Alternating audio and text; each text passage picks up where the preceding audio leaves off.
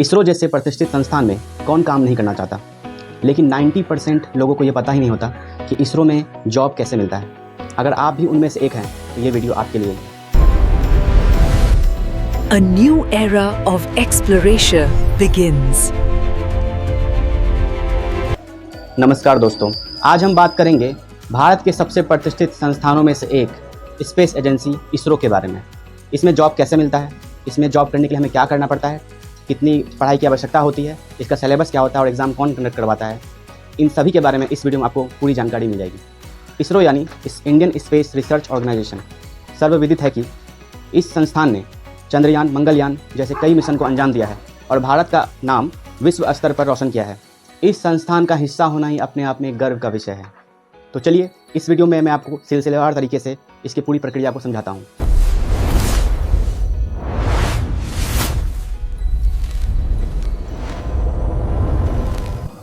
इसरो में जॉब करने के लिए आपको मैं कंप्लीट रोड मैप बताने वाला हूँ।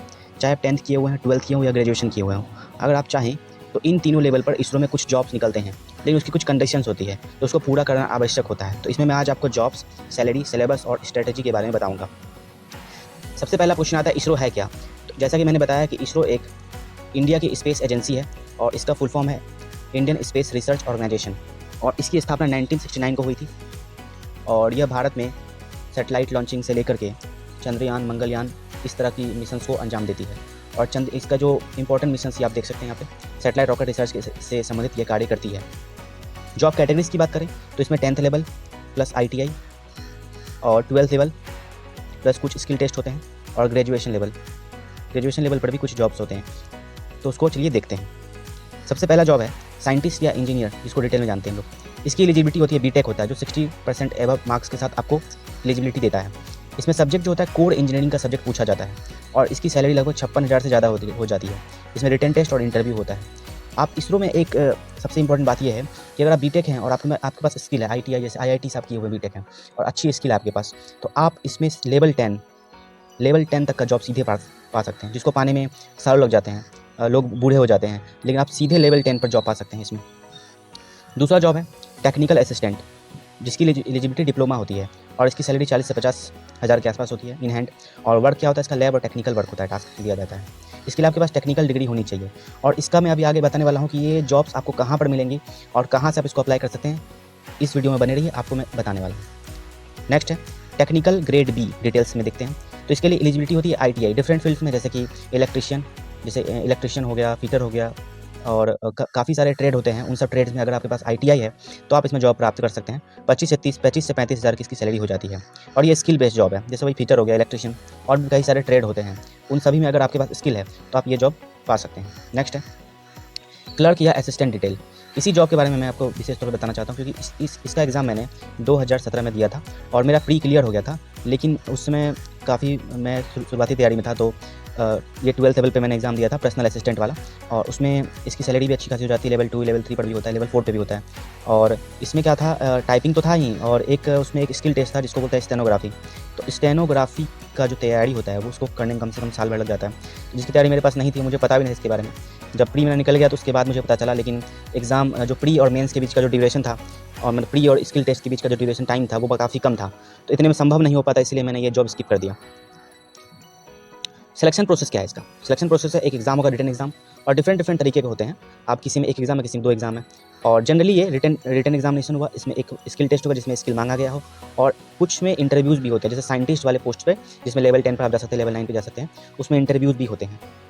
सिलेबस क्या है? क्लर्क लेवल का सिलेबस देखें तो रीजनिंग, मैथ्स, इंग्लिश और GK।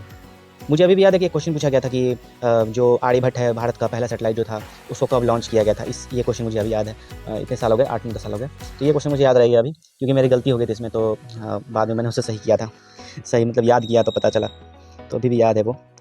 अब देखते हैं। और जो टेक्निकल उसका सिलेबस क्या होता है, डिप्लोमा या ITI सब्जेक्ट जिसमें आपने वो कोर्स कर रखा है, उसकी आपको डिटेल नॉलेज होनी चाहिए, कोर कंसेप्ट नॉलेज होनी चाहिए और प्रैक्टिकल नॉलेज भी होनी चाहिए। ठीक है। अगला है सिलेबस किसके लिए, इंजीनियरिंग लेवल पर जो होता है पोस्ट, जैसे लेवल 10, लेवल 9 पर, लेवल 10 नहीं, उसमें साइंटिस्ट आ जाता है।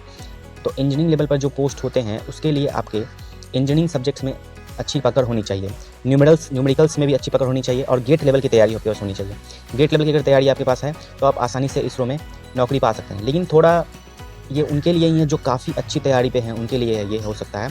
इतना भी आसान नहीं हो पाता क्योंकि पोस्ट काफ़ी कम होते हैं, 2 पोस्ट, 1 पोस्ट ऐसे करके निकलता है, तो इतना आसान नहीं हो पाता है इसरो में सिलेक्शन पाना। प्रिपरेशन स्ट्रेटजी क्या होगी? तो देखिए ये प्रिपरेशन स्ट्रेटजी सभी एग्ज़ाम के लिए होती है। ये एनसीईआरटी बेसिक्स जो होती है उसका आपका नॉलेज होना चाहिए। प्रीवियस पेपर सबसे इंपॉर्टेंट है। पहले किस प्रकार से पेपर्स पूछे गए हैं, क्वेश्चन पूछे गए हैं, उसके बारे में आपको जानकारी होनी चाहिए।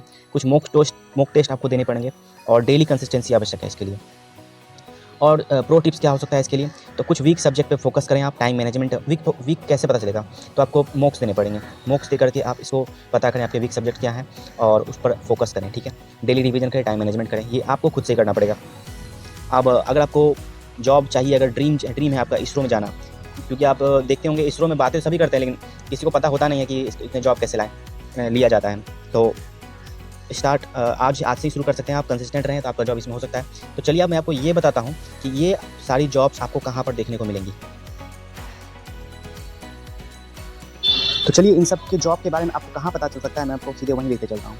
तो आपको टाइप करना है इसरो कैरियर्स और इसको क्लिक कर देना है। आपके सामने कुछ यहाँ पे खुल जाएगा, ये देखिए इसरो www.isro.gov.in पर कैरियर्स में जाएंगे आप। ये आपके सामने ये खुल गया है। तो यहाँ पर करंट अपॉर्चुनिटीज़ दिया है, करंट अपॉर्चुनिटीज़, कैरियर प्रोग्रेशन, ये सब दिया गया है। आप जॉब अपॉर्चुनिटीज़ में जाएंगे, रीड मोड करेंगे, यहीं पर आपको सभी चीज़ की डिटेल्स यहाँ पे मिल जाएंगी। और कोई भी जो अगर कोई पोजीशन यहाँ पे खाली मिलने वाली है, कोई अगर वैकेंसी निकली है तो इसको यहीं पर इसी साइट पर आपको सब कुछ देखने को मिल जाएगा। इसकी जॉब जो है ज़्यादातर जो है आपको बैंगलोर में और जहाँ इसके ब्रांच है वहाँ पर आपको देखने को मिल सकता है। आप देख सकते हैं यहाँ पर डिविजनल क्लर्क, असिस्टेंट इन सब चीज़ों पर जॉब निकलती है। इसके लेवल्स और कितने लेवल पर इसकी भर्ती की जाती है, इसका क्या सिलेक्शन प्रोसेस है, कैरियर एस्पेक्ट क्या है, एज लिमिट क्या है, आपको सारी डिटेल्स यहाँ पर देखने को मिल जाती है। ठीक है,